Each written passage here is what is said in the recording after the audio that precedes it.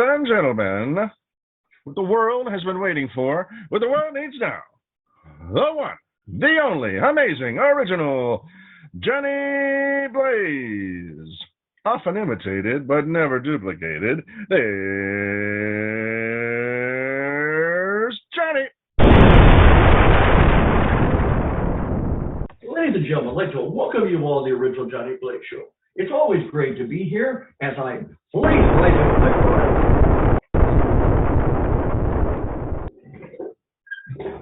Let's have a blazing hot fun time. A man tried to impress his date at a restaurant, even though he had very little money. At the end of the meal, the lady threw down her napkin and said, "Hey, I work in a restaurant. That meal didn't cost you more than 20 bucks. The man replied, "Hey, I work as a cabbie, and if you want to ride home tonight, it won't cost you more than 40 bucks.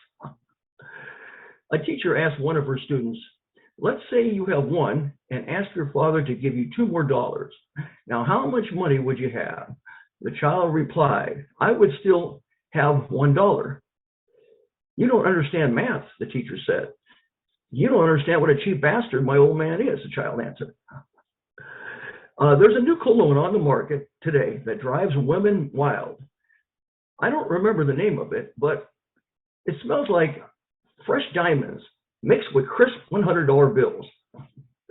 A man walked into a bar and told the bartender, "Pour me a quick shot of whiskey before the trouble starts."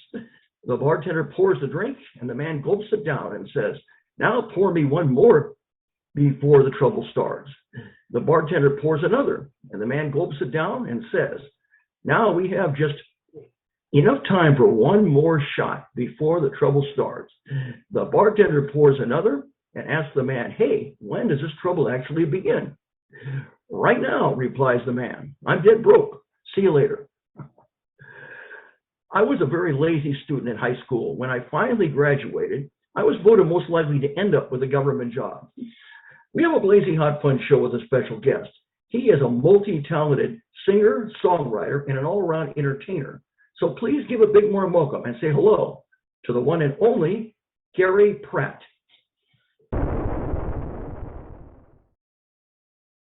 Gary Pratt. Gary. Hey, how are you? Good, thanks. How are you, Gary? I'm hanging in there, hanging in there. Good. Welcome to the amazing original Johnny Blaze Show. It's great to have you on.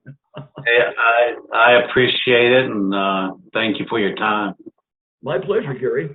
Let's give me a rundown, Gary. Let me know the Gary Pratt story, all about entertainment. How did you get started in entertainment? Where are you from? Give me a run. Tell me all about that, Gary. Okay. Well, I've been singing music and writing songs since I was a kid, and it's just in my blood. And I think I was born, with music in my blood. But I'm from a small coal mining town in Pennsylvania, near Pittsburgh, Pennsylvania, about 40 miles east of Pittsburgh. And I've been singing since I was a kid. My parents said that, I was dancing before I could even talk. So it's just in my blood, and it's part of who I am. I love country music. I been in bands since I've been 14, 15 years old. Produced neighborhood shows when I was a kid.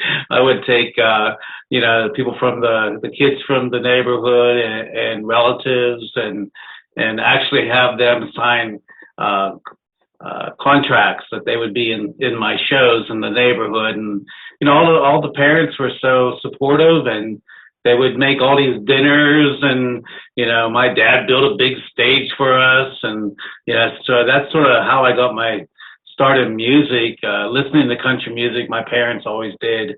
All the different picnics and functions we went to was always country playing around our house.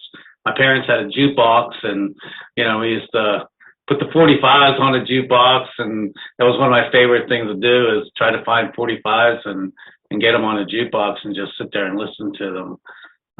When I was about 16, I started a band. My parents helped me with that, and most of the people in the band were older than I was, which was actually a benefit for me, because I got to play some different places that if it was just kids from all the same age, would have just been a garage band or a basement band. But having other musicians in the band that were more experienced, older, I got to play some places and clubs that I never would have if I was just, like I said, in a band with just, kids my age. So I've been in bands since I've been 16. I've played a lot of different places, opened up for a lot of different names, big names like Dwight Yoakam and Crystal Gale and Roddy Millsap. That's just a couple of them. And I'm just continuing to play music and write music. And this past year has been a whirlwind. At one time in my life, I did move to Nashville for a while and sort of got a bad taste in my mouth about the music industry. And a lot of people in Nashville, I think they know you're going to play for free. And you have to have a real job, too, to support your music. And, it was a little rough out of college doing that. But I moved back home and quit doing music for about a year. And I wasn't a happy person. And I probably wasn't very nice to be around, I guess, because I lost that part of me. That was like part of who I am, the music. And so I just started doing music again. It took off. And this last record that I did has some of my songs on, has some people that are writers that are well known in Nashville, such as Tony Arata, who wrote The Dance for Garth Brooks. I have one song that was co-written with Reba McEntire's niece also. And it's just been a real whirlwind this last year, and that's why I'm here talking to you. If it wasn't for MTS Records and management, they're getting me out there and getting my music out there, and I'm up for some awards for the International Singer-Songwriters Association, and I got some big shows coming up here in Pennsylvania. I got one coming up June 2nd at the Lamp Theater in Irwin, where I'm the headliner, and I have some different artists coming on before me as part of the first part of the show. And most of these people have been part of my musical journey. I have one guy that's going to be from a band that I was when I was a teenager. He's still out here playing. And so he's going to be on the show. I have another girl, Ashley Puckett, who's with MTS Records also. And then I have Two Broke Country Girls, which is Lois Scott and Diana Lynn. They have a radio station here or a radio program here in the Pittsburgh area, and they've been helping me out too. So they're all going to be on the show. And then I'll come out with my band, Abilene, and do the show with my duet partner, Kate Zoller, who I absolutely love. She's awesome. But that's a little bit of rundown. Interesting. Yeah. How did you meet your partner, Kate? And she helps, she sings with you and collaborates with you, I take it. She does the shows with me. We have not written together yet. We do have some ideas that we're working on. She's been with me the last 2 years. Before that, I had another girl singer. I love doing duets. I just think it adds something to your show. And she actually was a minister of music at my mom and dad's church. And she found out I was looking for a singer, and she's always wanted to do this. And so she's sort of all new to this. In fact, we practiced with, she got to practice with the whole band, because sometimes it's just her and I that go out, and she got some practice with the whole band for this new show we're doing.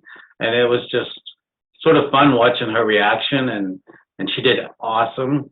And I'm just so blessed to be working with her. But that's how I met Kate, and she's just a wonderful person, and also she's growing as an artist herself. So we got a lot of growing and a lot of things to do, together that we want to do. So we got some growth in the future for us too. And like I said, she's a wonderful person. That's great.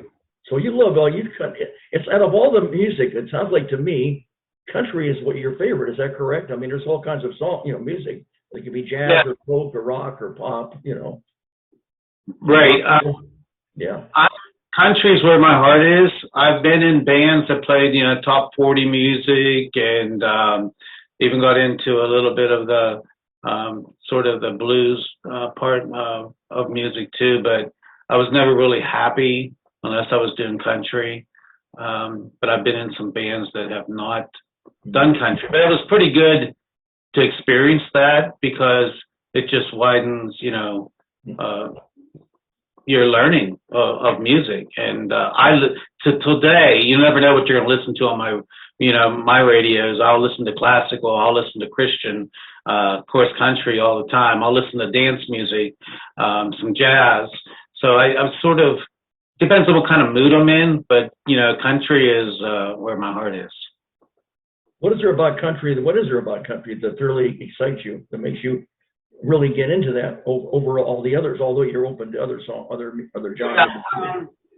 Yeah, because I've written some top 40 music too, but country, I think just because I've heard it all my life, but I think my voice actually suits country a lot better than other music.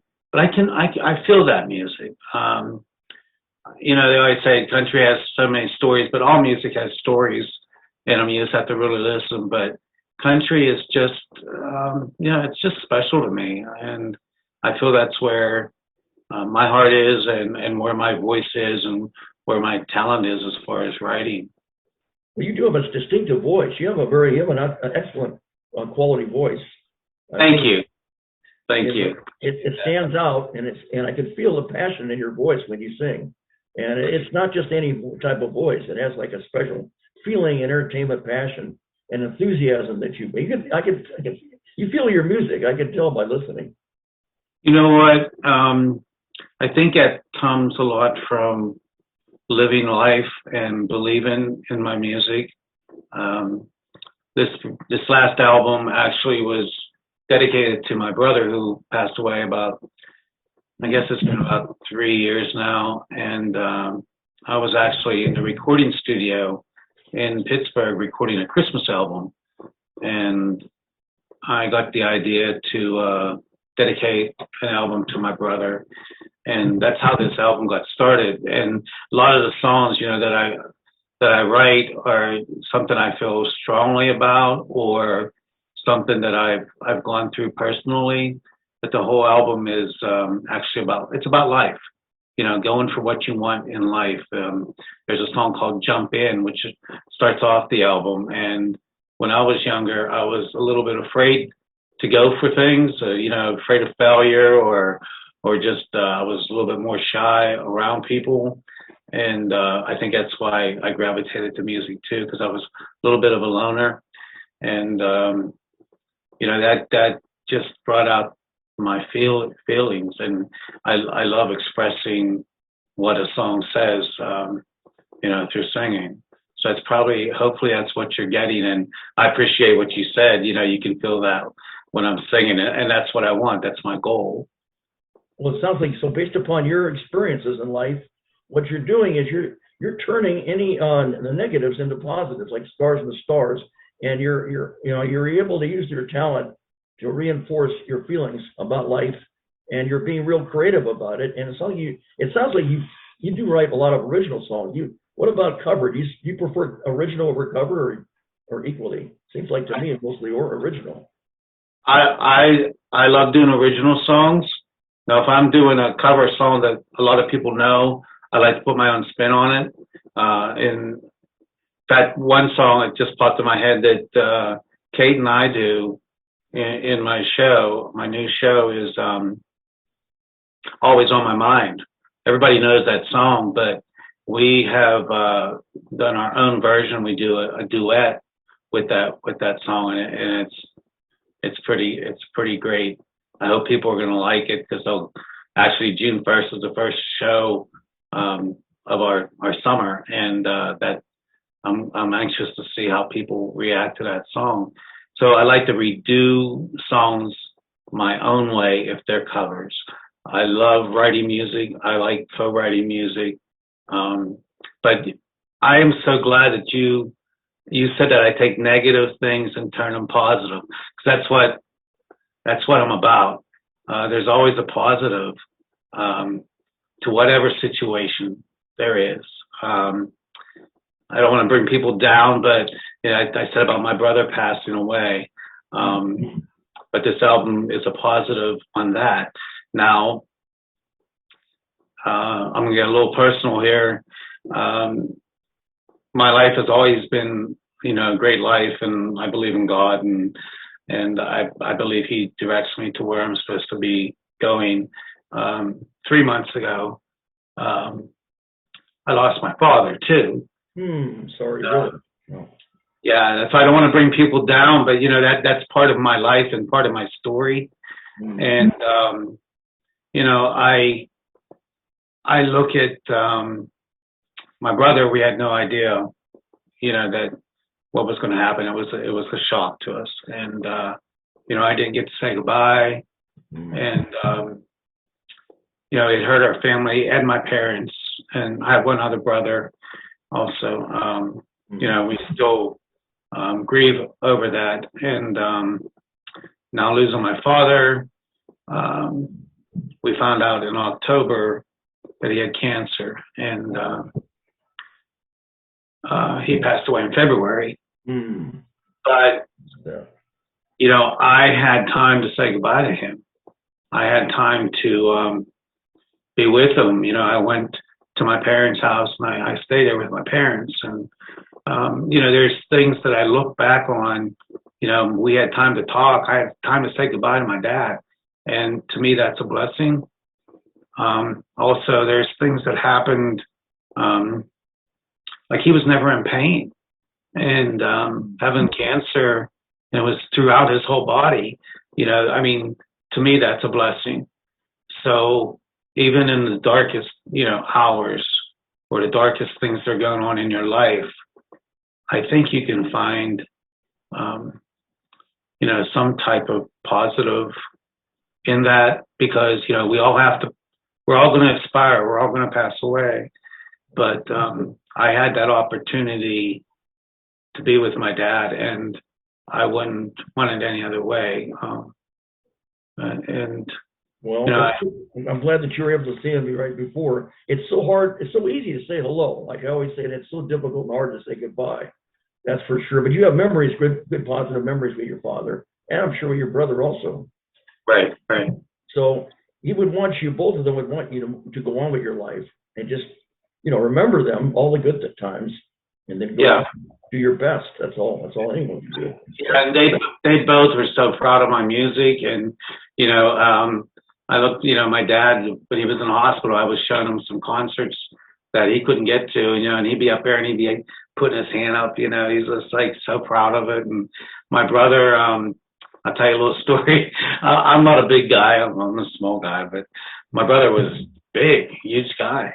And, you know, sometimes I'd play places that weren't the nicest places, a little rough, you know, and my brother would always end up showing up at those places. He'd say, I'm just stopping in, you know, see how your show's going. But I look back now, and I think he was just there to make sure I was okay, you know. So those are some good memories. And well, you know, thanks for sharing that with myself and our audience, Gary. They're very touching memories, and you always have those memories to look back onto and go forward in your life. That you had a brother and a father that truly loved you and believed in you, and we're proud of you, of course. Yeah, and thank you. You're certainly welcome. Yeah, you're welcome. So you know, it sounds like, do you have anybody you look up to as far as inspire you as far as your music, and you any country artists or anybody in particular, any singers that were really successful that you really look up to and you try to aspire to be? I mean, you're being yourself. That's the best way. But try to be. Oh, yeah, you have to be yourself if you want to be an artist, of course. I mean, there's people that have influenced me. Garth Brooks, Elvis, you know, those are two big influences, but not just male, you know, vocalists or performers. There's female, you know, people that I really look up to, such as Dolly Parton. I mean, she's she's always reinventing herself, and she's out there trying to put a positive spin on everything that she does, and she's trying to help people. Now, if I had that kind of influence, I would like to do that too. In some small way, I hope I'm helping people when I'm out on stage and telling my story and giving people, we're all in this together. And go for what you want in life, and don't be afraid, and don't take the special moments for granted when you're with people. That's sort of my story on stage. But I look up to Garth Brooks for his energy on stage, and I like to be out there with my audience. I like to get off the stage, get out there in the audience too. I'm not just standing up there, I'm moving around. Elvis Presley for his voice, and even as far as writing, Tony Arata is a great writer. Like I said, he wrote The Dance, and when he gave me the okay to use his song on my album, which is Something Worth Remembering, which ended up being the title of the album. And that song actually pulled the whole album together as a story. I really started looking into his music, and he's also a great singer too. But there's so many different artists, even some of the new artists like Justin Moore. I really love his voice, and it's like a country, more of a country flair voice. And then you'll get someone like Thomas Rhett. It's a little bit different too. And I love also watching Keith Urban. He's an awesome entertainer. And so those are some of the people that I look up to. Those are great people. Oh yeah, Elvis. Well, there'll never be another Elvis. He was something else, Elvis. He was mine. It was. This will always be never forgotten and always unforgettable. And then, he was a fun person, Yeah. Always on my mind. Willie Nelson too. He sang the original, but Elvis, when he did it his own way. Yeah. Mm-hmm. And Dolly Parton, you're right. She is so talented. She got a song like 9 to 5 or Jolene or many other hits, and she loves what she's doing, and she gives back to the community too. She helps people. She gives money out for other causes and everything. So those are great people to be inspired by. That's for sure. Yeah, I think Dolly. I think she'd make you feel comfortable just sitting down and having dinner with her or whatever. But she does so much for people, and now she's getting into the Christian music with some of the Christian groups out there and doing duets with them. And that's probably another reason why I like her, is because she's done so many duets with like Porter Wagner and a lot of the newer people too. So yeah, you're definitely right on that. Well, it sounds like with your talent, you're using your talent in a positive manner. You've got not only the talent, the voice, but in the feeling and passion. You're using your creativity. Like I say, you're turning anything a negative, you're turning into positive, which is very inspirational, and you're inspiring people. So you're giving them a story, and you're giving them a nice positive message, and that's wonderful. Is what you're doing. Thank you. It's something that you truly love. Yeah, I didn't. You know what? I didn't really have a direction for my music before until this album. I wrote songs, but there was no direction to where when I was performing, I just did a song after song after song. Of course, I put my feeling into each song, but now it's like I have a purpose in my music and a message with my music and with my show that I hope people grab onto. And that's what's something that's new within this last year in this new album that I found out about myself and my music, and I'm really excited about the direction and what my music has to say. Well, you have a lot to be excited about. Your music is successful. It's doing well, and you're loving what you're doing, and you're sending a message to your many fans. You get audience participation too when your shows, right? Yes, I do. Yeah, I have. How do you go about doing the audience participation? Do you lead them in a song, or do you do certain movements? Exactly, how do you? Well, I'll get them to do different movements for sure. But I also have some people like that in the Pennsylvania area that really follow me around too. and there's line dancers that come out, and I even have a group called the Kick It Up line dancers, and they've been really supportive and but everything I'm doing, calling in radio stations and voting on different things that come up through MTS Records and that. But getting people just to clap or getting people to sing along too. If you do a song that has like there's a song that I do called "A Song You Can Drink a Beer To," and excuse me, that was the first song we released off the album, and it's a song that everybody really can get into, and so I'll have them, you know, sing along with that, or I'll get on, you know, watch what I'm doing here now. Everybody do this, you know. So I do try to get people involved in. That's a great song. A song you can drink a beer to. In fact, that's what I was planning on towards the end of the interview. Yeah, we're gonna play that song for our audience. Awesome. You're gonna love it. I hope so. It's a cool song. Yes, it's doesn't matter what situation you're in life. It could be a good one or a bad one. You know, you might be going to a wedding, or maybe one of your best friends just moved away, but you know, you always need a song to drink a beer to. So that's why we picked that song as our first. I love that because it's got a nice, positive, relaxing message. Is what it does, Gary. That's great. There is somebody now. I think that there's an actor by the name of Pratt who was involved in some type of actor. I don't know. Of course, that's a common name. I don't know if there was a relation. There was some actor by that name. Chris Pratt. Yeah, Chris Pratt. That's the one. Yeah. Yeah, he's. As far as I know, he's not related. Oh, but okay. Chris, if you're watching, you know, reach out to me. We'll talk about our last names or whatever, you know. Okay. Yeah, I just thought I'd bring that up. So, how do you go about? Okay, talk to me about your band. Who plays what? Do you play instruments yourself? And all about your different band members? Most of the time when I'm out doing a show, I don't play instruments.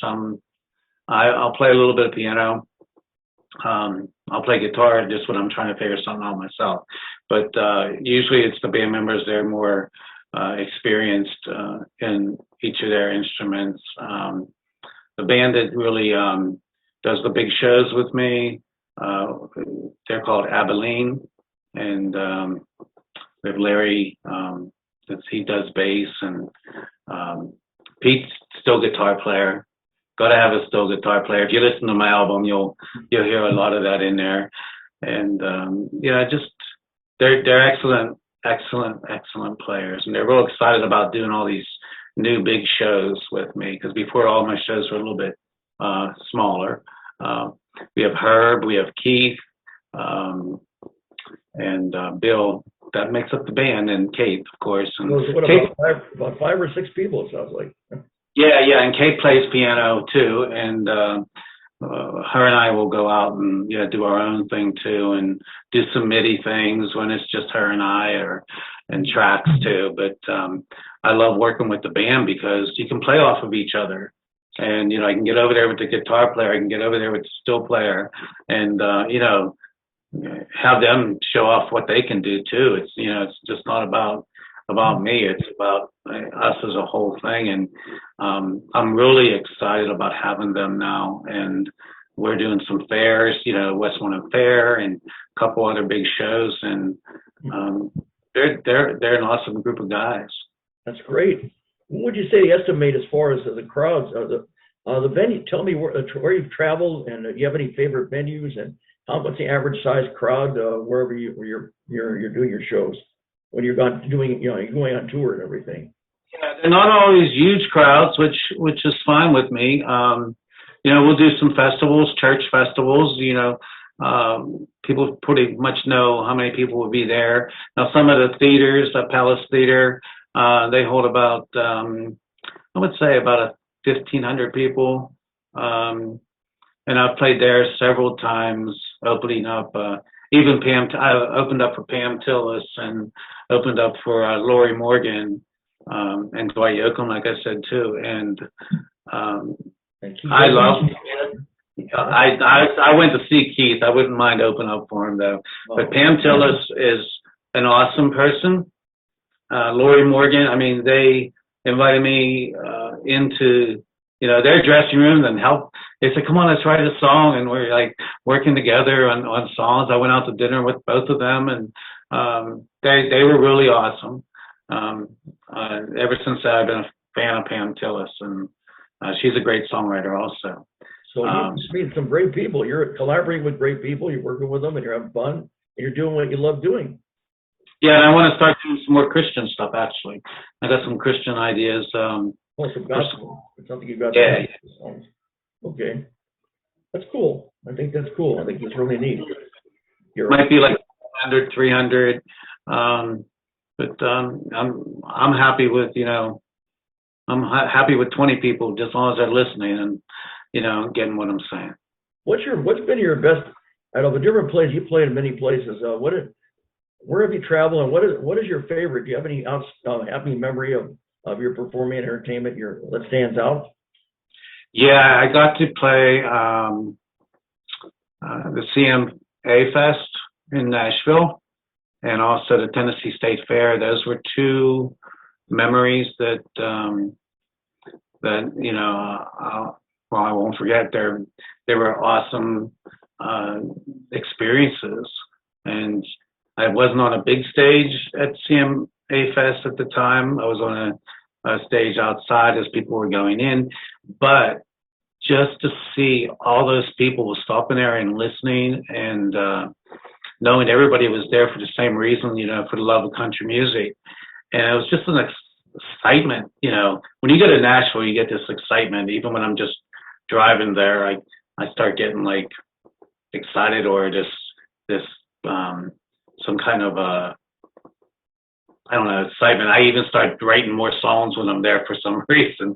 It's just something that comes over me, maybe not other people, but those are two experiences. And working at the Palace Theater here in the Pittsburgh area, those are probably my three most memorable concerts that I've done. What would you say about them that really excites you, that makes you remember them, and you feel is just so great? Was it the performance, the reaction of the crowd? What was it that? Well, being at the CMAs and the Tennessee State Fair, I think that too is just because you were in Nashville, and the CMA Fest. I mean, there's just people everywhere, and there's country music everywhere, and there's country stars everywhere. And I mean, you can go into McDonald's and run into someone that everybody knows. They don't try to hide too much down in Nashville.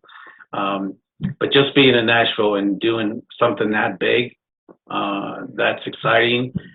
I've always wanted to play the Palace Theater here in the Pittsburgh area, and I played it several times now. It's almost like home to me, because I'm so familiar with it and being on that stage. And I also have another business in the Pittsburgh area, and we do a lot of, which is a florist, and I have a flower and gift shop located in Greensburg, and we do a lot of fundraisers and How did you get into that? How did you get into the florist business?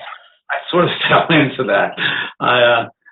When I got out of college, I worked as a recreational therapist for a while, and I was with geriatric patients, and I sort of was getting burned out, and a new company took the company that I was working for over, and which was perfect timing for me. I was trying to debate what I wanted to do other than music, of course, but sometimes you can't rely on music to really fund your whole life. And that time it was not doing that for me. Anyhow, they got rid of some of the people that were there for a while and was downsizing. And, it was a blessing they picked me because I started delivering flowers for a small company here. And then I decided a year later to open up my own shop, which I opened up on a very shoestring, a $200 rental place, really? A rusty old van, and a pop cooler. And today I own a 3-story building.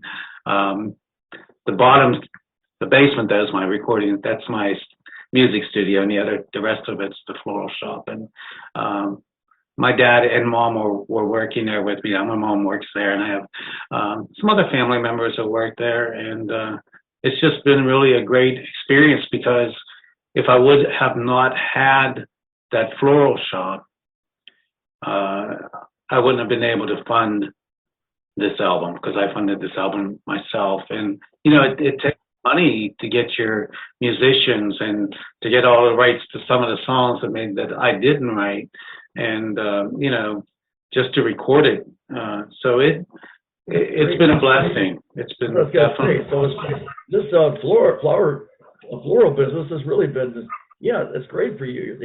You're able to fund your true love of music by doing that, and it also gives you a chance to do something else along with your music. Yeah, it's creative, very creative, and that I'm blessed to be able to do two things that I love. But I just music is what keeps me going. Well, that's why I said in my introduction, you're multi-talented, as you are. Thank you. And an all-around great entertainer too. Thanks. Yeah, I try to be. It's really great. Have you ever had a performance that you tried really hard? You were very trying, of course, but for some reason, no matter how hard you tried, things did not work out. There are times. If that happened, okay. Yeah, I mean, you get through it, but there are times. Sometimes you get out there and it's like something's just not clicking. What's wrong with me tonight? And I mean, you just have to do your best and get out there and put your show on. But you always feel, at least I feel like, people might still come up and say, "Hey, you were great," and for some reason I feel like I might have cheated them a little bit, but not that I wanted to. It's just that something just wasn't clicking, and that's going to happen with whatever you do in life, But the way you have to get over it is you just got to keep plowing through and try to do your best, even though something's just off that night. But it, maybe somebody else might not know it, but the performer, I think, they know it. I do. I know when I'm off, but that happens. You ever had a time where you forgot the lyrics of words of a song, or? Oh, yeah, that happens. I'm pretty good at making things rhyme, even though it doesn't make sense. So, and sometimes people don't even know. But I'll be like, I have a couple people that are part of setting the crew setting up or whatever, and I'll be singing and I'll be like, I should have forgot these words, and I'll be making something up, and I can just feel their eyes like glaring at me. I'm like, don't glare at me. You're gonna make it like really obvious. I don't know what I'm doing, but I usually get through it by rhyming something, but it might not make sense. But sometimes, like I said, people either they don't care and they're just happy to be there, or they don't know the music that well. But so it sounds like you act like as if nothing happened and go right over. Oh yeah, one time I was up on stage and it was a smaller venue, and I was so into my music that I backed into the speakers, knocked the speakers completely over. Oh. I fell on the floor. There's still people that didn't see me. Fell on the floor. I did not lose my microphone, and I did not skip a word. But I'm getting up, and as I'm getting up, there was a girl standing there, and everybody's blaming this girl for knocking over these speakers. But I cleared it up after the song. But yeah, people didn't realize it. But yeah, things happen. That's true. You never know. It's like Murphy's Law. If anything can go wrong in Canada, it will. You never been, and I assume you've never been booed at for any performance, or who knows, maybe you were sometime. No, not yet. Okay. There's always the first time. I'm joking. Yeah, I'm sure that there will be. I'm sure you would handle it. You would handle it the Gary Pratt way, in the right way. I'm sure. I would think of something. You would think of something else, right? I would think of something. I'd get out of there somehow, I'd make it some kind of positive situation, I guess. That's a good answer. Yeah, that is. Yeah, have you won, and have you entered any contests, music contests, or have you been in any festivals, or and won any, possibly any have you ever won any awards or prizes at all in any event? I've won some different things. I've been in some different contests actually in Florida and won a couple different things. But those just sort of smaller. This past year, in 21, I won Songwriter of the Year with the for the USA International Singer-Songwriters Association. I was also a nominee for a Holland Red Carpet Music Awards and the Josie Music Awards. I was nominated for both of those in 21. Now coming up this year, so I do have that award from 21 from the International Singer-Songwriters Association.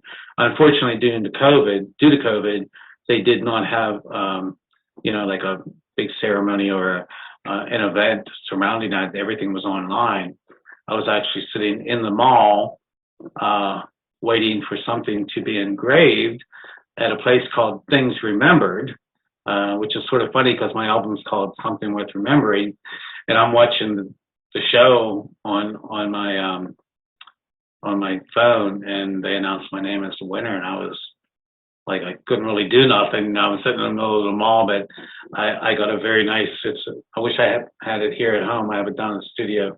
It's probably about a good foot high crystal award that I'm really proud of. And that was one of the highlights of 21. Coming up this year, I am up for 5 awards, August 6th at the International Singer-Songwriters Association. Really? I'm up for, Songwriter of the Year, Male Vocalist, Rising Star, Emerging Artist, and also Duo of the Year with a song I wrote called To Find Us. And I went to Nashville to record this one with a girl named Savannah Nider, and she does an awesome job. It's one of my favorite songs that I've ever written. It has a great hook. It's, you had to lose him, I had to lose her to find us. So it's another negative situations people were coming out of, but if they wouldn't have lost those people, they wouldn't have found each other. And it's a really cool song. So I'm up for Duo of the Year with that. Also, Josie Music Awards again, and also the Holland Red Carpet Music Awards. I'm up for 3 or 4 awards this year with that event. So those are great. It's something to be really proud of, Gary. Wow. I am. Thank you. You won a lot of awards. You're up for awards. You're doing something right. That's for sure.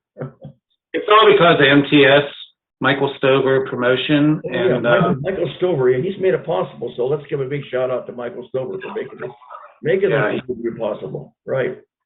Right. Exactly. If it wasn't for him, I wouldn't be getting all these connections. And my last song that we released was a ballad I wrote called When It's Our Love, It's Lost. And it's on the AC national charts. It's number 1 right now, AC 40 national charts. When our love is lost. Wow. It's Our Love, It's Lost. Yes. Yeah, that's another one. We want to, at the end, I'm going to play the songs. And now, when he plays the songs, if you want to sing along with them, you can, or just let the song go. My producer, Bill, is gonna play them. I like singing, I'll sing. If I want to listen, I'll listen. whatever excites you, John. Whatever you feel like doing, Gary. Awesome. I want you to be comfortable, and I want you to enjoy this. That's for sure, and that's important. And you do have a personality about you, a nice, easygoing, relaxing personality, along with an abundance of talent. Thank you. That's for sure, and not just anyone can say that. Now, I don't know if you ever heard of these people. He's no longer alive, but I knew some country and western singers by the name of the Canadian Sweethearts, and they recorded for A&M Records. Albert and Mossy, one that, remember Herb Alpert and the Tijuana Brass? I've heard about the Tijuana Brass, yeah. Right, and the Canadian Sweethearts, I saw them in concert that time at the Hollywood Bowl. And they sang songs like That's Why I'm Leaving It Up to You, Don't Let the Stars Get in Your Eyes, songs like that, those country songs. I don't know. Yeah, that's why I'm leaving up to you. I love that song. It's a cool song. And, yeah, Don't Let the Stars Get in Your Eyes. Bob Regan was he's no longer alive, but he was the world's fastest guitarist. And he had his wife, Lucille Starr. She won a French award for millions of copies in the French song in Canada. And they were a team together. And so a friend of mine knew these people and everything. I went and saw them that time. They recorded for A&M Records for Albert Tijuana Brass. That was a long time ago. I don't know if you. What was her name? Lucille Starr. Her name was Lucille Starr. His name was Bob Regan. They were called the Canadian Sweethearts. I'll have to check them out. I'm sure I can find. He did a song, Soldier Boy, not the original, not the modern day Soldier Boy. It was another Soldier Boy, like Soldier Boy, you have gone so far away. Brave and strong you will be, fight to keep our country free. Oh, my Soldier Boy. Yeah, a long time ago, but I remember them. They were excellent. They were really good. Of course, you got now. I was wondering about modern day talent shows like The Voice, American Idol, America's Got Talent. What do you think of these talent shows? You feel that they're really beneficial and helpful for young people trying to make it, in the entertainment industry? I do think they're beneficial to, especially the young entertainers out there. Some of these kids are just absolutely awesome, and it's like, where do they get those voices at? They just seem to get out better and better and better, and they're original too. They're not trying to copy someone, and that's what you have to be, when you're an entertainer. So I don't always get to watch those shows, but I usually try to watch at the end when they're getting down to the final three or whatever. If I get a chance, I don't get to watch too much TV anyhow. But I think they're awesome especially for the younger people. American Idol, of course, it's a lot younger people, and I think they're down to 3 people now. I think Sunday night, this coming Sunday, is their final. That's right. And the great Carrie Underwood now. She was acting as a mentor to them recently. She's quite a star, Carrie Underwood. Right. And people would have never found her. She might not have been out there if it wasn't for that show. That's right. When it first started, of course, and the original was Kelly Clarkson now. We remember she sang a song, "And a Moment Like This," and boy, did she become a big star, Kelly Clarkson. Her voice was just absolutely awesome. And then she's been a judge on The Voice, and then has her own talk show. She is really something, Kelly Clarkson. Yeah. Yeah, she has another show called The Song, I think it's called. Right. It's about songwriters, and I think she's on there with Snoop Dogg. Oh, right. You're right. Yeah. But it's pretty interesting. I like that show too because it shows me what other people are writing out there. But like all these shows are just shows that people get experience just by doing it, for one. Second of all, they're getting exposure. And with how the internet is now and social media, I mean, that's why people are hearing my songs. You don't have to live in Nashville now for people to hear your music. And it's all because of social media. So that's a positive on that. A lot of things are happening in Nashville. That's where people are making a lot of hit records. Yeah. And how do you go about writing a song, and how do you think go about making a hit record? What's your secret? Well, there's certain different things about writing a song because I get song ideas from different things. It might be from something I'm going through, or it might be I like to listen to what other people are talking about. A lot of times people say something that's a perfect hook for a song. For instance, there's a song on my album called Sounds Like Whiskey to Me. And I was at a picnic and it just got real quiet. And I heard some older lady and she goes, I just heard it clear as day. That sounds like whiskey to me. And I'm like, well, that sounds like a song to me. And so I went home, I wrote that song. And that song came real quick. And some songs take a long time. Like When It's Our Love, It's Lost. It took me probably 2 years to really get that song where it was supposed to be. And then when you get into the studio too, things change. You know, someone might say, you know what, maybe we should change this and do this or cut this out. And so several times on this album, when I was working with Adam Ernest, who did most of the instruments on the album. He's an awesome, talented young guy. He's actually in Nashville now and is signed with Sony Records. So he's doing really well. And that all happened after my recording my album. So he's a very talented kid. And but things change in the studio too sometimes. And it's always for the better. And sometimes a writer says, "Oh no, we can't change this. We can't do this."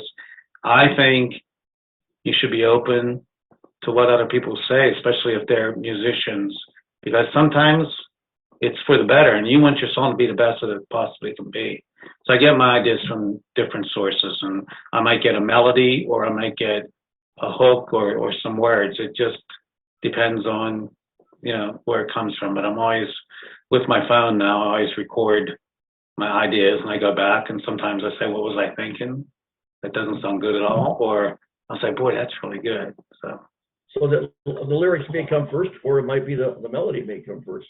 Yeah. Depends upon the circumstances, right? Okay. Correct. Yeah. Right. So it has to be it has to be something catchy then, and probably a message on the song, which you're really good at telling a story in your songs. Or it can be a fun song, all songs can be serious. You want your album to get your message across, but you also want people to have fun with it too. Of course. So you'd probably do some ballads and probably do some fun, fast songs too, right? Yeah. You change it up. You don't want to be boring and predictable. You want to do everything. Correct. Yeah. I don't want everything to be so serious that people are like, oh no, Right, you don't want them to fall asleep. Exactly. You want to keep their attention. Yeah, and you gotta have fun in life. Life's your life is full of up and down. So that's what your music should be too. Well, that's fantastic, Gary. That it is.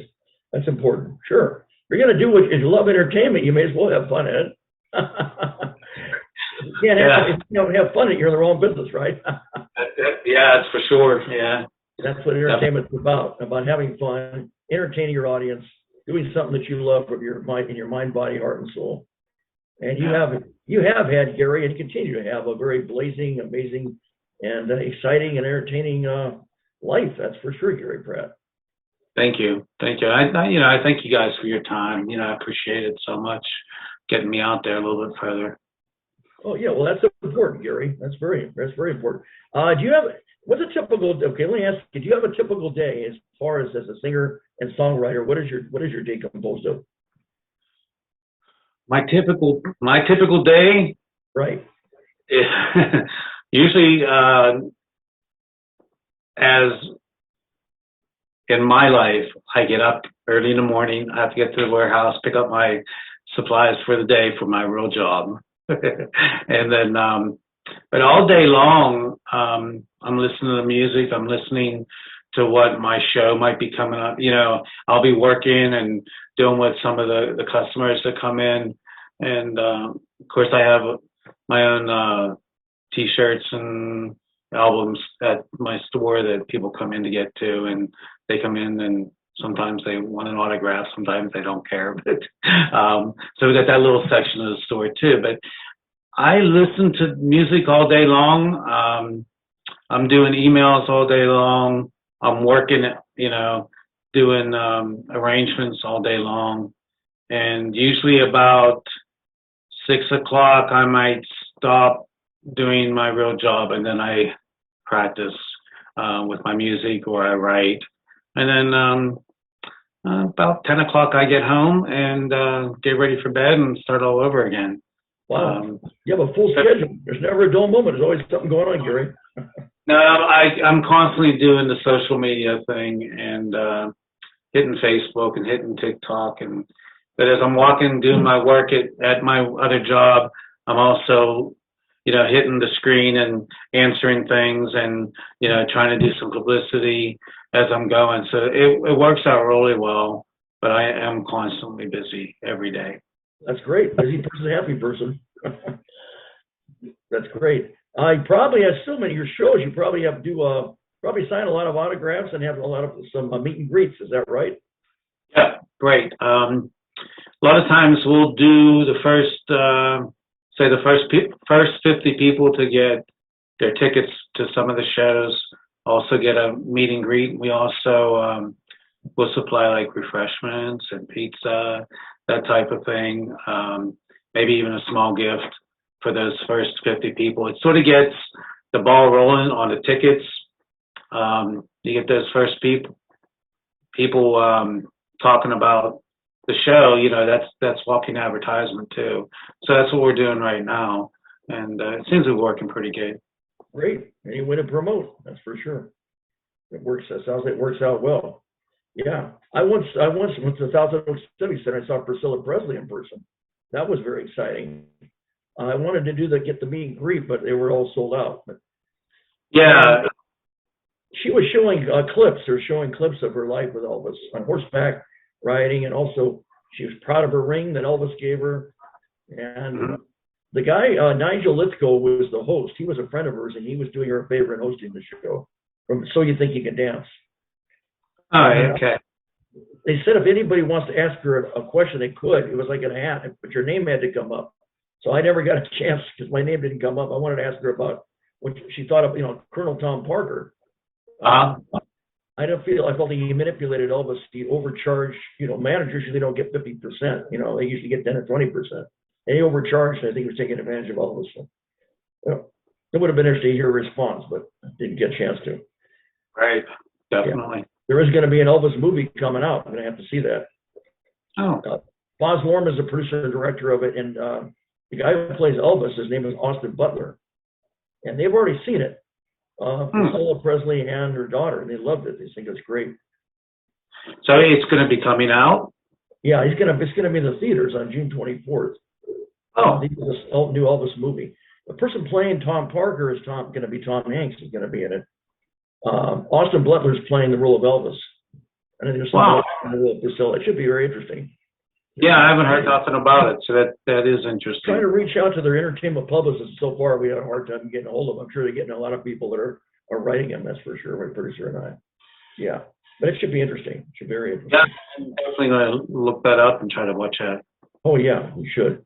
Now, do you have any, Gary? Do you have any advice for people who want to make an entertainment? Doing what you're doing with a big singing country or anything else. You know what I do? Not just for music, but I want people to, if you want to do something in life, if you have a dream, and you're afraid to go for it, you should just go for it. Because I was a little bit afraid, like I said, to go to Nashville. I was afraid to go to college, but I did end up going to college, and it didn't kill me. And went to Nashville, and that didn't kill me. But it was hard to go. Sometimes now I take it different situations that I may be in or get myself into that I feel uncomfortable. I've always been afraid of doing speeches in front of people. I can sing, but doing speeches I was always afraid to do. Doing some big concerts at one time in my life I was afraid to do. But now it's like a game to me. If something makes me a little bit nervous about doing it and I feel that it's going to benefit me, music-wise or professional-wise, I look at it as a game that I can conquer this and I can get over that nervousness and I go for it. So you just got to jump into life and go for your dreams. Maybe it might be something simple as ask going to grow out. Ask her out. She's going to say no. So those type of things, I think people should go for their dreams because you can do it. And God put those dreams in your heart for a reason. And you should try to grow because you're going to grow with everything that you conquer, or the goals that you meet will just make new goals. And I don't want people to be afraid of doing stuff that they feel makes them a whole person If that makes any sense, I should probably explain it a little better, but so it's kind of like the late President Franklin Delano Roosevelt said, "We have nothing to fear but fear itself." That's what you're saying. Yeah. Yeah. It's just going to grow if you do things that you're supposed to be doing in life. I see. That makes sense. How would you say you've handled performance anxiety and also rejection? How have you handled it? Well, as far as rejection, when you're in Nashville, you hear a lot of no's. You hear some yeses too. I did a lot of showcases. I played every club there was in Nashville. I have that under my belt, and I can say that, and I'm real proud of that. But a lot of times you get the no's, knocking on doors, hitting the streets down there, and you hear a lot of no's, but that really didn't discourage me. It just sort of made me more determined, because one person's no, maybe the next person, you might get 1,000 no's. That next one might be a yes. So you just got to keep that in mind. As far as so that's a little bit about rejection. You just got to keep positive and go for what you want, because there's a yes out there somewhere. As far as anxiety and getting nervous, I still get nervous when I'm doing a bigger show. Not as much now, but every time that you do something, just like I was saying, if it makes you nervous and uncomfortable, like when I first started doing some of these bigger shows, I was like, why did I do this to me? So I get so nervous, like the day before, I shouldn't have did this, because some of these programs, I'm even producing the whole show at that time. And now looking back, it just helped me to grow. And that's what I said. It's more of a game to me now. When I feel anxiety or nervousness, it's like, I can do this. And I also feel now that I have my brother and my dad watching over me too, that you can do this too. So that's sort of how I handle it. Well, what would you say how you were able to overcome your shyness and nervousness and then become so confident as you are and so successful? What do you think that was the main reason that you were able to do that? Because that's quite an accomplishment, something to really be proud of, Gary. I think it was music, and I think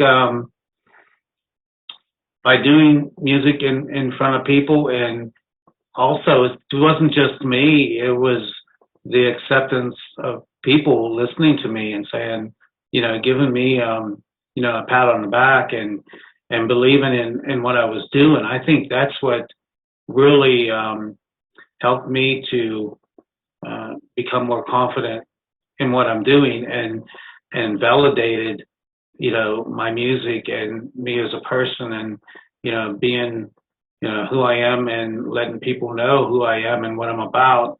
I don't try to hide it, and I want to help people. But I think my whole music, my whole thing about being so shy and overcoming that, that's why I went to music, because it sort of expressed things as I was singing. Even when I sang in the basement for, years as a kid without nobody around other than, my parents and some friends and that, it was just people they gave me the confidence to be, open, and to be not as shy, and to be able to sit here and talk to you guys, as normal, as I can, and not be nervous. I don't get nervous about these interviews. When I first started doing these interviews, I was nervous. I'm like, I don't know if I'm going to be saying the right thing, if I'm going to babble on, which I do babble on sometimes, but I used to not. I used to be real quiet and say, answer the question, very dry and done. But now I'm more relaxed. And my favorite performer, Elvis Presley, he was nervous too. And he was shy growing up. He was very nervous. Before a concert, he would get really nervous. And he says, it's got to be done. These are new people that have never seen me and everything. It's a brand new audience. So I always get nervous, and I want to make sure I give it my best. They must have the top show. So that's good. That fueled him. That motivated him. I'm sure that does for you too. You want to give them the best you can. And you Well, that's, yeah, and I think you want to be accepted and you want people to like what you're doing. That can make you really nervous too. of course. But if you like what you're doing and you channel your, I guess your nerves, and because of the encouragement and support you receive from other people, other fans, that helps you get through it. And so you figure, well, if I've done it before, I can do it again. And you are. That's right. Yeah. You are. And you are very, very interesting, talented, and you've got a great personality about yourself, Gary, that you do. And you enjoy lifting yourself and other people up and motivating, inspiring them. And that's important. Yes. You have fun with it, whether it be a serious song or it be just having a good time. You're able to go back and forth. You're talented and versatile, that you are.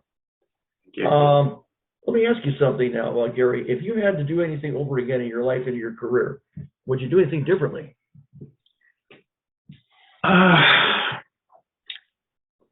I may have stayed in Nashville a little bit longer than what I did.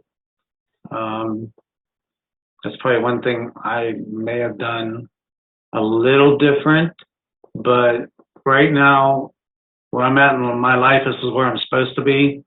I don't think I was ready back then to be where I'm at right now. And I think God knows that, and He puts you where you're supposed to be in your life at certain times. And I don't know if I would change too much about anything that I've done or where I've been, only because that's made me who I am today. And I'm happy where I'm at right now, and music-wise and, personal-wise. And I don't think I'd change too much because it's really not my control, maybe some of my decisions, but you have to learn from them and be where you're at and be happy where you're at. You're a happy camper then. Okay, you have no regrets. Would you say that you're, as far as your singing and your performing, your instruments that you do and songwriting, would you say you're completely self-taught, or would you say you took lessons from anybody? Self-taught, definitely self-taught. I see. Well, you got a great job. Look at the results. The results speak for themselves. Very positive. Getting a lot of attention, making sales, having fun, meeting the right type of people. Well, I appreciate everything you're saying. Thank you. No, it's true. Well deserved, Gary. Do you have any present projects right now that you're thinking of? Do you have any current projects?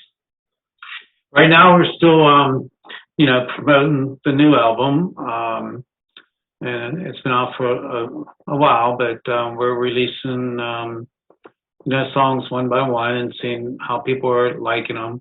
In the future, I would like to do write some Christian type music, and release another album. That's what I was going to ask next about your future projects. So you're gonna release another album, Christian album?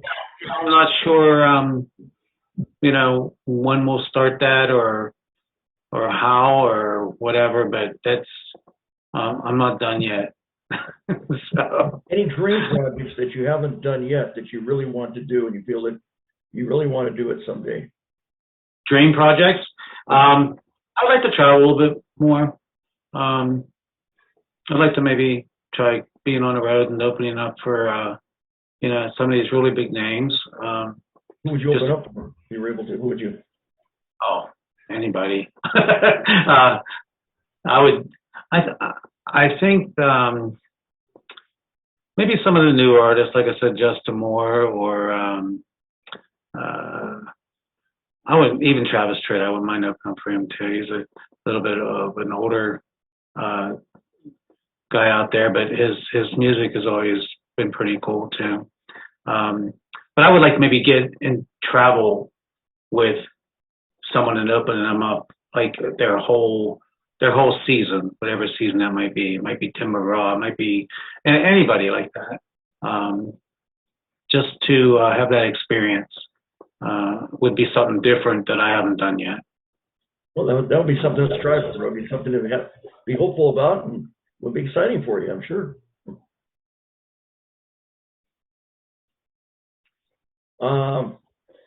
How can people How can people find out more about you, Gary, if they want to find out about you on social media? And, tell me some of the links and all the different places they can find you. Actually, if you go to my webpage, you'll see all kind of videos. You'll see interviews, magazine articles, schedule where I'm going to be at. All the links to all my music, the Spotify, the iTunes, YouTube. If you go to www.garyprattmusic.com, you'll get all the information, pictures, and like I said, lyric videos, some of the songs that are out now, and some stage, segments of some of my shows, past shows, but none of the new show yet. The new show, like I said, hits the stage June 2nd. But yeah, www.garyprattmusic.com, and I'm on Spotify, and tell Alexa to play Gary Pratt. That's great. How were you able to, when there was COVID now, how were you able to handle that? How were you able to survive the COVID? There's a lot of that actually was a benefit for me, because we were recording the album at that time. So I really wasn't concerned about being out there and doing some of the shows. And most of the shows at that time were smaller type venues too. Not that that makes a difference. It's just that I had time to concentrate on the album and put all my energy in that direction. So it didn't really jeopardize what I was doing at that time. So it turned out to be a positive after all. You were able to concentrate on your album, what you're telling me. Great. Yeah. That worked out well, Gary. Well, anyway, Gary, what we want to do now is I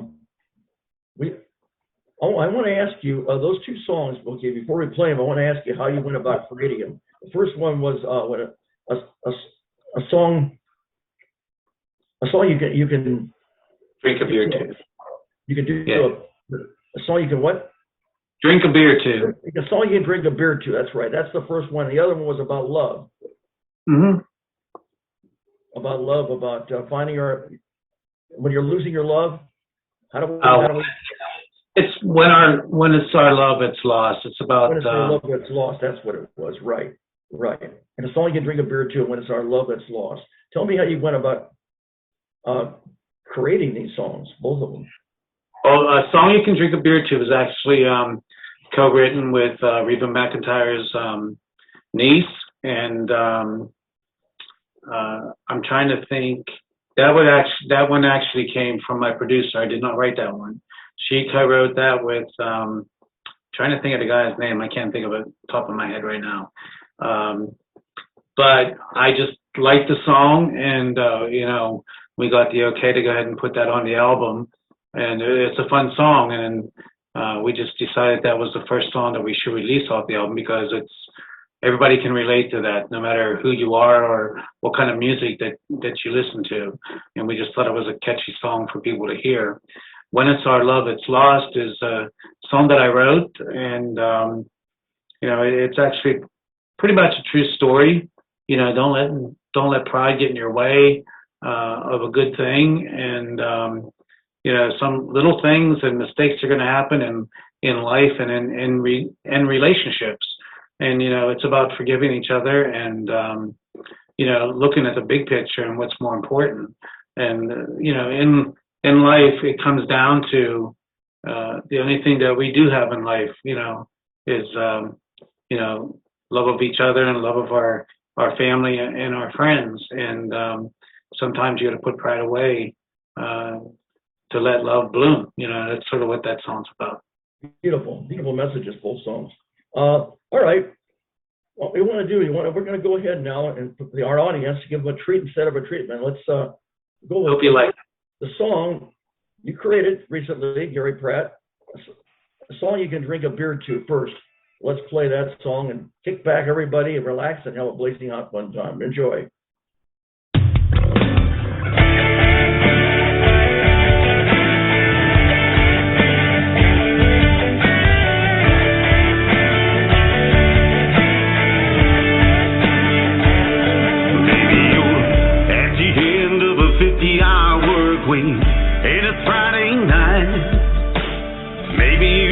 turned 21 and you're having the time of your life. Maybe you're falling in love, maybe you're breaking up, or there's a steel guitar playing or a bass line bumping. You're grabbing a cold one. You wanna hear a song you can drink a beer to, dance all night, cry if you want to. Remember how good it was back then. Forget while your heart is breaking. Raise your glass, tip it back. Nothing else in the world makes you feel like that. Wherever you're standing, whatever your point of view, there's something about a song you can drink a beer to.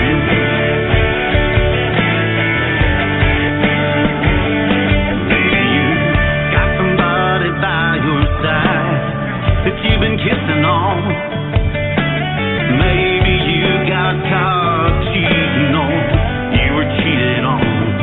Oh, you're a soldier, got your orders, and you're shipping out in the morning, or you spend half your paycheck just to see this show tonight. You wanna hear a song you can drink a beer to, dance all night, cry if you want to. Remember how good it was back then. Forget while your heart is breaking. Raise your glass, tip it back. Nothing else in the world makes you feel like that. Wherever you're standing, whatever your point of view, there's something about a song you can drink a beer to.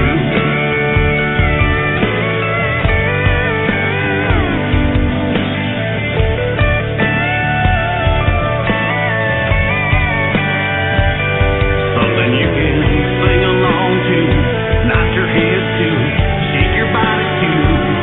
Something you can hold on to. You wanna hear a song you can drink a beer to, dance all night, cry if you want to. Remember how good it was back then. Forget while your heart is breaking. Raise your glass, tip it back. Nothing else in the world makes you feel like that. Wherever you're standing, whatever your point of view, there's something about a song you can drink a beer to. Yeah, there's something about a song you can drink a beer to.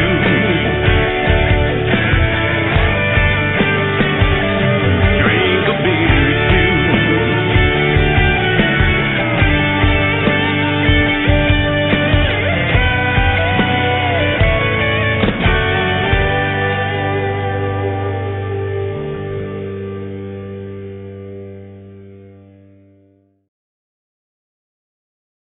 Beautiful. Bravo, bravo, Gary. That's very entertaining.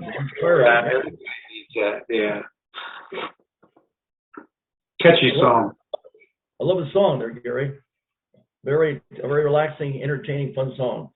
Yeah. Now, ladies and gentlemen, we do have another song, Gary Pratt. When it's our love that's lost. Let's all relax, enjoy, and have another blazing hot fun time with this most talented artist singing "When It's Our Love That's Lost," Gary Pratt.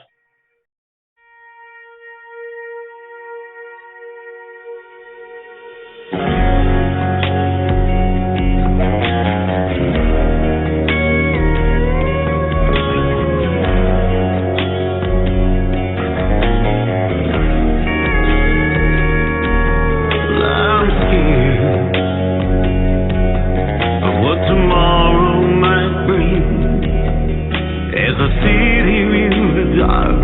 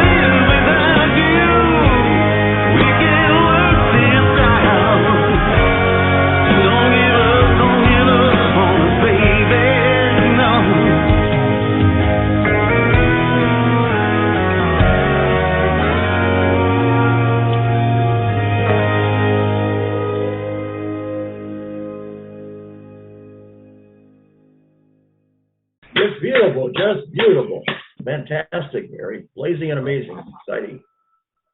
Thank you so much. Appreciate it. Great, Gary. Gary, I want to thank you very much for being such a, like I say, a great, wonderful, entertaining, inspiring guest on the Amazing Rich Donnie Blaze Show. I'm really glad that I had you on the show, and it's been a pleasure. Thanks for, listening and getting me on the show and giving me some more validation. I appreciate it. My pleasure. My pleasure. I enjoy doing that, Gary. If you love what you're doing, I do, just like you do. That's important. Okay. So Gary, yeah, it's been a pleasure, and the time's gone by fast. I've really enjoyed it. Enjoyed the time. Thank you. You're welcome. God bless you. God bless you too. God bless you too, Gary. And so for all my fans and friends, always keep a smile on your face and a song in your heart. Until next time, happy trails and blaze out.